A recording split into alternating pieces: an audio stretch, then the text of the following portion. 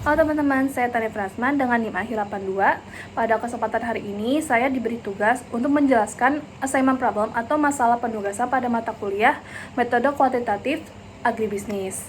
Untuk assignment sendiri itu merupakan metode dalam riset operasi yang digunakan untuk menentukan penugasan terbaik antara sejumlah pekerja dengan sumber pekerjaannya.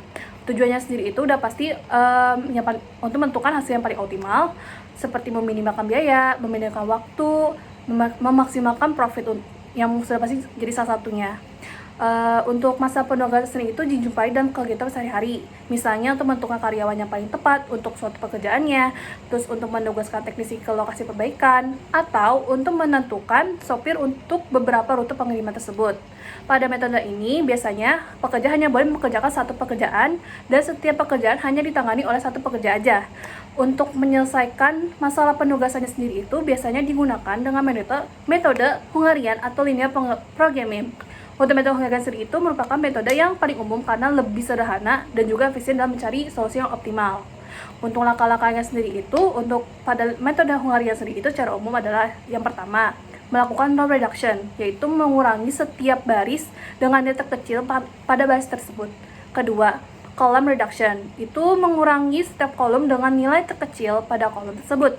Dan yang ketiga, menarik garis yang menutupi seluruh angka 0 yang terbentuk. Dan keempat, jika jumlah garis masih kurang dari jumlah baris atau kolom, dilakukan penyesuaian nilai hingga diperoleh jumlah garis yang sesuai. Menentukan alokasi pekerjaan dan pekerjaan berdasarkan posisi angka 0 sehingga diperoleh solusi yang optimal.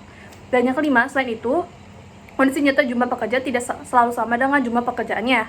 Jika kondisi terjadi, dapat ditambahkan dummy variable agar jumlah baris dan kolom menjadi seimbang sehingga metode penugasan tetap dapat diterapkan. Dan sebagai kesimpulan, assignment problem atau metode untuk menentukan penugasan terbaik antara pekerja dan pekerjaannya dengan tujuan untuk mencapai hasil yang paling efisien.